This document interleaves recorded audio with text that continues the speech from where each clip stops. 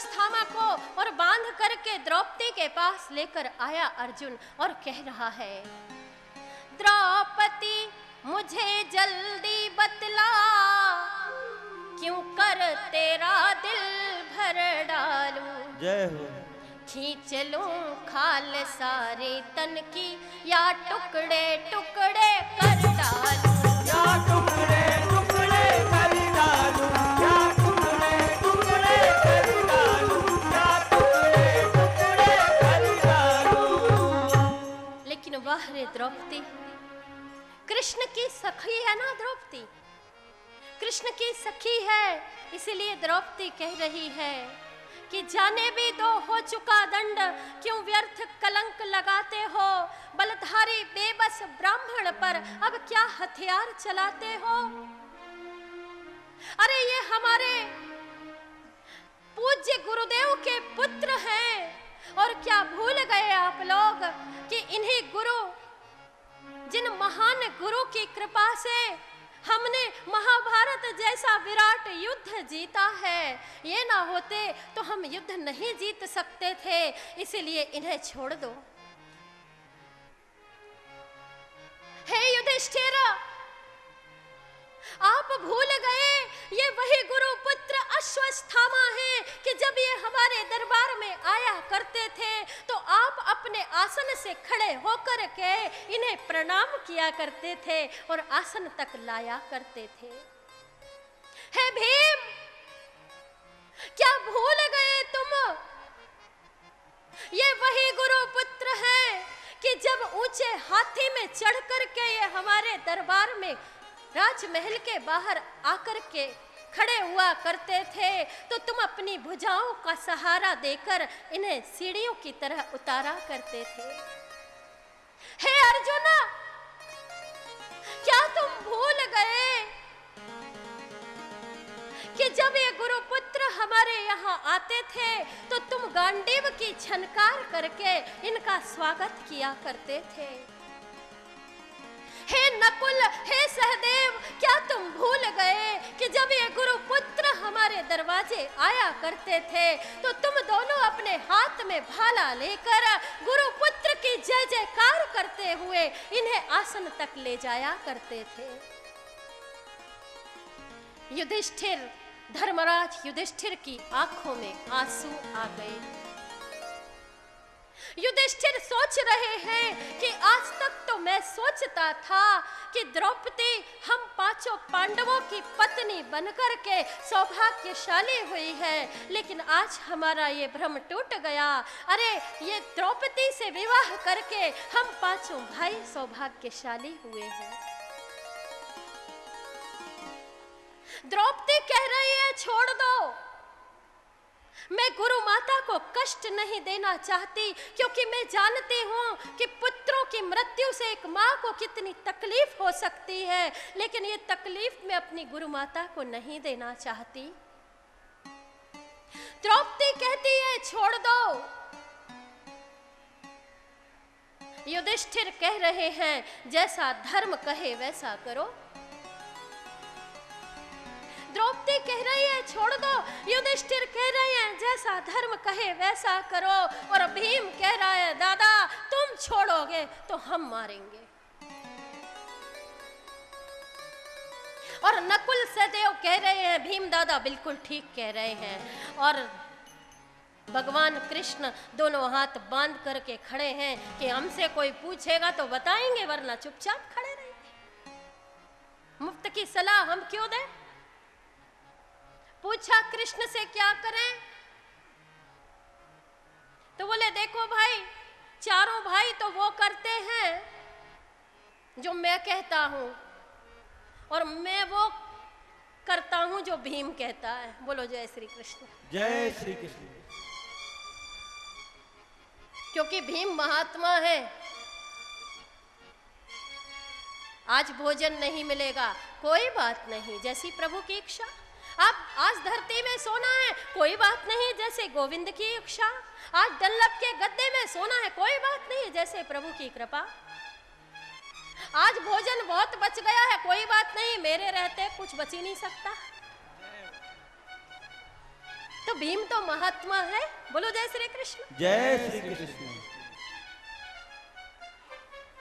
क्या करें पूछा तो भगवान कह रहे हैं ब्रह्म बंधुर न हंतव्य और आता ताई बर्धाहरण।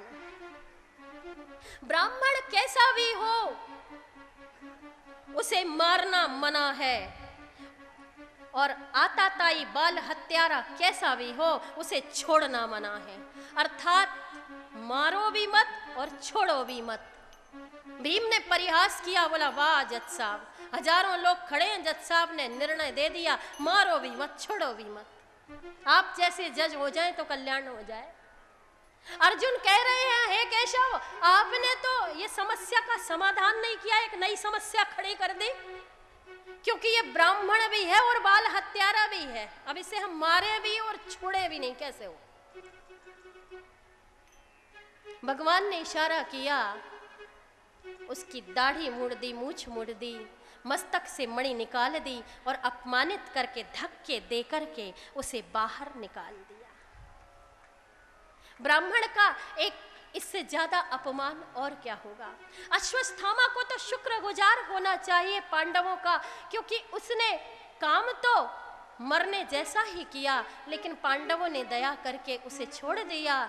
लेकिन वो अपमानित महसूस कर रहा है और उस अपमान का बदला लेने के लिए सोच रहा है कि एक ही वंश अभी बचा है, एक ही अंश बचा है उत्तरा के गर्भ में, अभिमन्यु का अंश। चला दिया ब्रह्मास्त्र, यहां उत्तरा दौड़ते हुए आई। पाहि पाहि महायोगिन देव देव जगतपते नान्य त्वद्भयं पश्ये यत्र मृत्यु परस्परम। जोर से चिल्लाई उत्तरा, हा हा मामा, हा हा मोहन, दासी पे आज दया कीजे। हा हा मामा, हा हा मोहन, दासी पे आज दया कीजे। मेरे प्राणों को ले लीजिए पर मेरा गर्भ बचा लीजिए। मैं मर जाऊं कोई चिंता नहीं, लेकिन इसमें आपकी बदनामी होगी, क्योंकि गीता में आपने कहा है, मैंने गीता सुनी है अपने पति से, मेरे पति को अर्जुन ने गीता सुनाई, जो गीता आपने कुरुक्षेत्र में अर्जुन को सुनाई। मैंने गीता सुनी है, गीता में आपने कहा है मेरा भक्त कभी नष्ट नहीं होता, और मेरे गर्भ में आपका भक्त पल रहा है, इसलिए आपका ये वाक्य झूठा ना हो प्रभु। मेरे प्राणों को ले लीजिए लेकिन मेरे गर्भ को बचा लीजिए। भगवान ने उत्तरा के गर्भ में प्रवेश किया। ब्रह्मास्त्र अंदर कह रहा है सावधान, मैं ब्रह्मास्त्र हूं, तो भगवान भी कह रहे हैं मैं परम ब्रह्म हूं, मैं ब्रह्मास्त्र हूं, मैं अमोघ हूं। तो भगवान कह रहे मैं भी अमोघ हूं, तू एक काम कर, तू पहले अपना काम कर ले, मैं बाद में अपना काम करूंगा। बोलो जय श्री कृष्ण। जय श्री कृष्ण। उत्तरा का गर्भ एकमात्र ऐसा गर्भ है हिंदुस्तान की स्त्री का, क्योंकि हिंदुस्तान की स्त्री के गर्भ में, किसी स्त्री के गर्भ में भगवान आए हैं, किसी के गर्भ में भक्त आए हैं, लेकिन एकमात्र स्त्री ऐसी है उत्तरा जिसके गर्भ में भगवान भी गए और भक्त भी गए। बोलो जय श्री कृष्ण। जय श्री कृष्ण। मैं ब्रह्मास्त्र, बोले मैं परम ब्रह्म। आजमा ले अपनी ताकत। ब्रह्मास्त्र ने गर्भ में जला दिया, उस गर्भ को भगवान ने अपने तेज से पुनः जीवित कर लिया। इसीलिए कहते हैं कि भगवान का तेज जिसमें समाहित हो जाए वो स्वयं भगवान है। ये भागवत में भी बड़ी अजीब चीज है, बड़ी अजीब वस्तु है। इसका रचयिता भी भगवान महर्षि वेदव्यास, इसका वक्ता भी भगवान सुखदेव जी महाराज, और अब इसका श्रोता भी भगवान परीक्षित। जो जन्म लेने वाला है। बोलो जय श्री कृष्ण। जय श्री कृष्ण। और वास्तव में वो ही लिखता है, वो ही कहता है और वो ही सुनता है। हमें गलतफहमी है कि हम सब करते हैं, वरना जब पड़ी रहती है लाश जिससे लिपट करके लोग रोते हैं, वो कहां चला गया, कैसा था वो? अरे उसकी सुंदर सुंदर दाढ़ी थी, है तो ना, बड़ा तो है, बड़ा सुंदर गोरा गोरा चेहरा था, है तो ना, देखो ना। फिर क्या चला गया? जो बोलता था, जो सुनता था, जो लिखता था, जो सोचता था, वो चला गया। अर्थात सो जा नहीं ही दे ही जनाई, जा नहीं तुम्हें तुम्हें हो जाई। वही बोल सकता है, वही चाहता है तो मैं कथा कर रही हूँ, वही मेरे मुख से बुलवा रहा है। वरना इतनी तारीफ गांधी जी करते हैं मेरी, मुझे तो लगता है, क्योंकि मैं तो सिर्फ इतना जानती हूँ कि जब खून, कफ, मिट्टी, पानी और हवा एक साथ मिल जाते हैं तो मुझ नाचीस प्रज्ञा भारती के ढांचे में ढल जाते हैं। कि वो बड़ा, सबसे बड़ा, उससे बड़ा ना कोई है, और मैं छोटी, सबसे छोटी, मुझसे छोटा ना कोई है।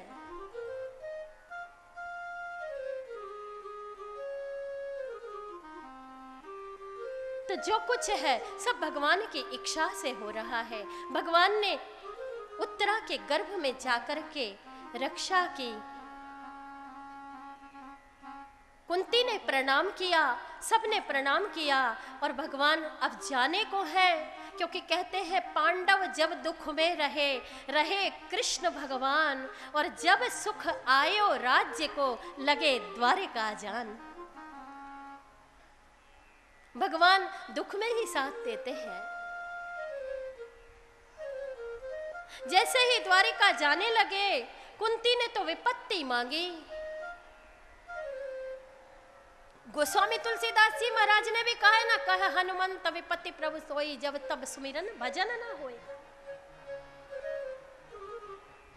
सबसे बड़ी विपत्ति है भगवान को भूल जाना, और सबसे बड़ी संपत्ति है भगवान को याद रखना। सबने सब कुछ मांगा।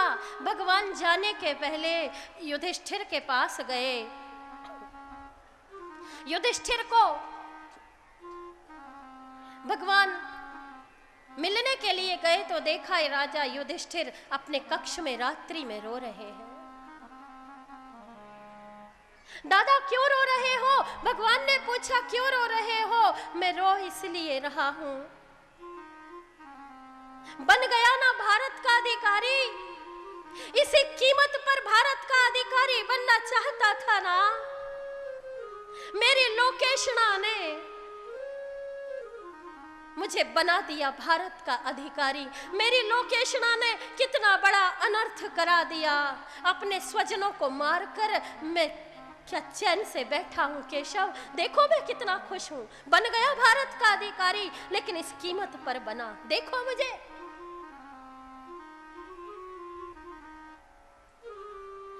भगवान ने वही गीता जो अर्जुन को सुनाई, आज वही गीता युधिष्ठिर को सुनाई, लेकिन युधिष्ठिर की समझ में नहीं आई, क्योंकि युधिष्ठिर की आंखों में वात्सल्य का चश्मा चढ़ा है। अर्जुन ने तो गुरु भाव से गीता सुनी, क्योंकि पहले तो अर्जुन ने भी आदेश दिया था कृष्ण को, सैन्योर भयोर मध्ये रथम स्थापयमेच्युत यावदेता निरीक्षे हम योद्धुकामान अवस्थित। हे अच्युत, मेरे रथ को दोनों सेनाओं के बीच में ले चलो। तो भगवान भी कह रहे हैं जो हुक्म मेरे आका। पहले तो आदेश दिया है गीता में अर्जुन ने, मेरे रथ को बीच में ले चलो, और भगवान भी प्रेम से कह रहे हैं जो हुक्म, ले जा करके खड़ा कर दिया। जब सामने देखा मेरे चाचा, काका, मामा, पितामह, प्रपितामह, गुरु, तो घबरा गया। स्वर बदल गए अर्जुन के।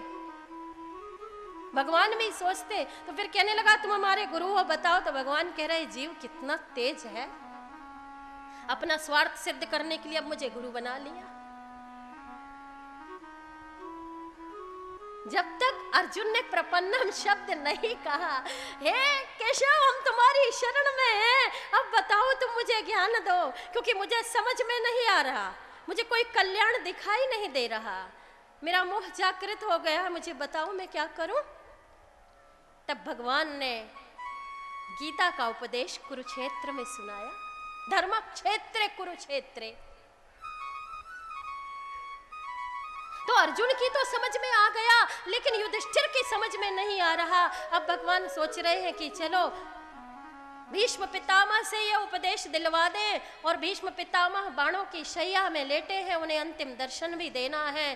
सारे भाई और द्रौपदी मिलकर के पितामह के पास गए।